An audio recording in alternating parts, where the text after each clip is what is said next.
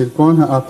لازم صاحب جی شروع کریں کاروائی. السلام علیکم حضور. السلام ورحمۃ اللہ. حضور اللہ تعالیٰ کے فضل سے آج کی اس مجلس میں 56 مہمان تشریف لائے ہیں. ان میں 14 خواتین شامل ہیں جن میں جو نصرت ہال میں تشریف رکھتی ہیں.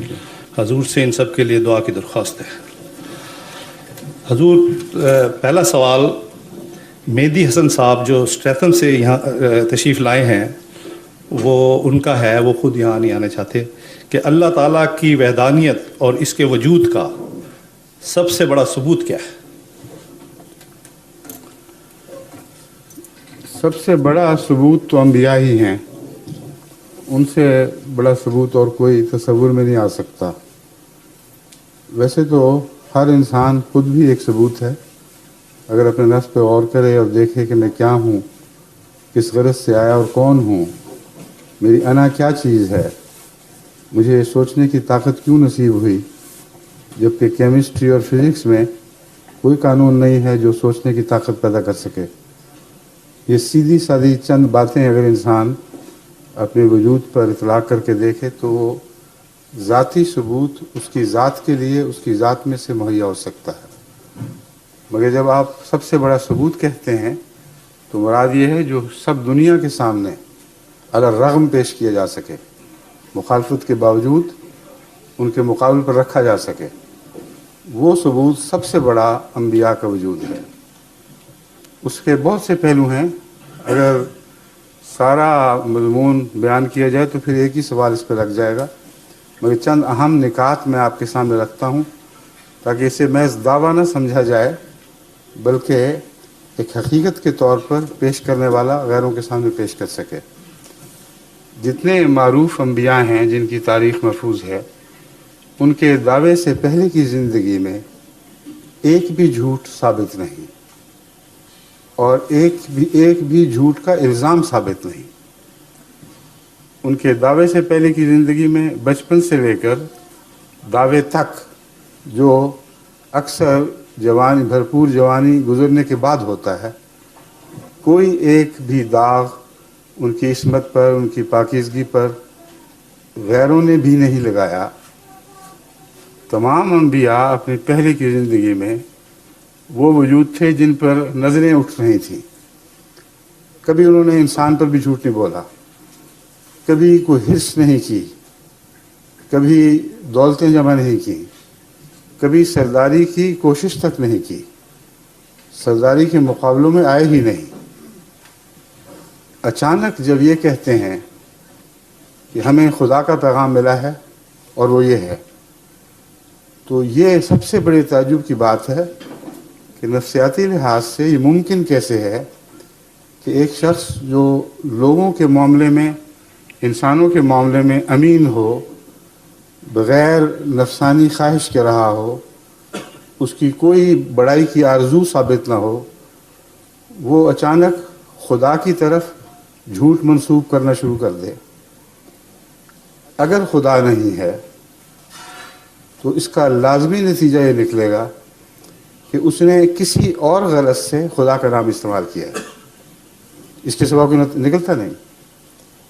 اور اگر یہ ہو تو پھر اس وقت کا وہ سب سے بڑا جھوٹا ہے.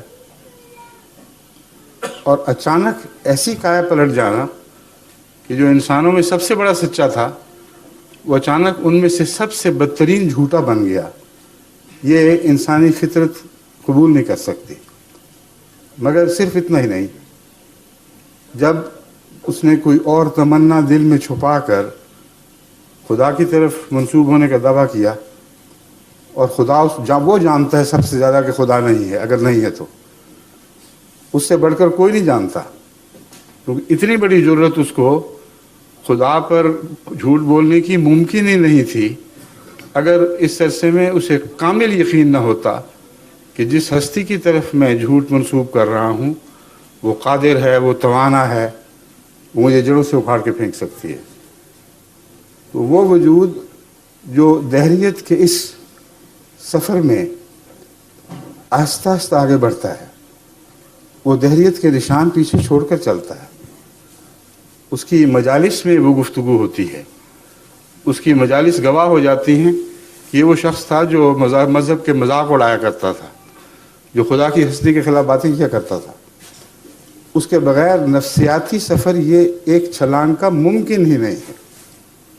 کوئی شخص دعویٰ دار ہے تو اس کو اپنی عقل کا امتحان لینا چاہیے، یہ کیسے ہو سکتا ہے کہ وہ شخص دہریہ بنے اور اچانک بنے، اور دہریہ بھی اس درجے کا کہ اس ساری سوسائٹی میں اس جیسا کوئی دہریہ نہ ہو، اور بڑی جرت سے پھر ایک فرضی نام کے اوپر اپنی بڑائی کی خاطر ایک دعویٰ پیش کر دے۔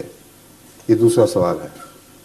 تیسرا سوال یہ ہے کہ جب وہ کر دے تو جس بڑائی کی خاطر کیا تھا اسی بڑائی کو اپنے ہاتھوں سے اسی بڑائی کا اپنے ہاتھوں سے قلقامہ کر دے، اس کے امکانات کی بیخ نہیں کر دے، کیونکہ جب وہ دعویٰ کرتا ہے، اور یہ مسلمہ تاریخ انبیاء کی، تو اس کے اپنے بھی اس کو چھوڑ دیتے ہیں، اس کے دوست بھی دشمن ہو جاتے ہیں، اس کا اپنا خاندان اس کے خون کا پیاسا ہو جاتا ہے۔ یہ بات درست ہے اور قطعی ہے۔ تو پھر جس مقصد کی خاطر اس نے دعویٰ کیا تھا، اس مقصد کو اپنے ہاتھ سے اس نے پارا کر دیا۔ پھر سوچتا، فکر کرتا کہ خام خواہ ایک مصیبت لے بیٹھا، آج کے زمانے کے سیاستدانوں سے نہ صحیح اس زمانے کے سیاستدانوں سے سبق لے لیتا کہ ایک بیان دے کر جب متوقع رد عمل نہیں نکلا تو توبہ توب کر کے واپس جاتا کہ نہیں، میرا تو مطلب ہی تم نہیں سمجھے، میں نے کب کہا تھا کہ مجھے خدا نے کچھ بنایا ہے اور خدا نے مجھے ایک مقصد کے لیے کھڑا کیا ہے۔ اکیلا ساری سوسائٹی کے خلاف اپنوں کو غیر ہوتے ہوئے دیکھتے ہوئے، غیروں کو اور بڑھ کر دشمن بنتا ہوئے دیکھتے ہوئے اس دعوے پہ قائم رہتا ہے۔ کون سا سہارا ہے جو اس کڑے وقت میں اس کا ساتھ دیتا ہے؟ اگر یقین نہ ہو کہ خدا ہے تو یہ ممکن نہیں ہے کہ وہ یہ کردار ادا کر سکے۔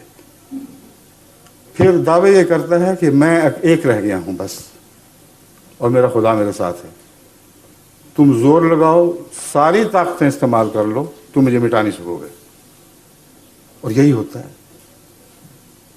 اس مضمون کو آگے بڑھائیں تو آپ حیران رہ جائیں گے کہ کوئی معقول انسان ادنا سی بھی عقل رکھتا ہو تو نبی کے دعوی ایمان باللہ پر وہ کوئی آنچ نہیں لا سکتا، کوئی حرف نہیں رکھ سکتا، ہر قسم کی شکوک سے بالا دعویٰ ہے۔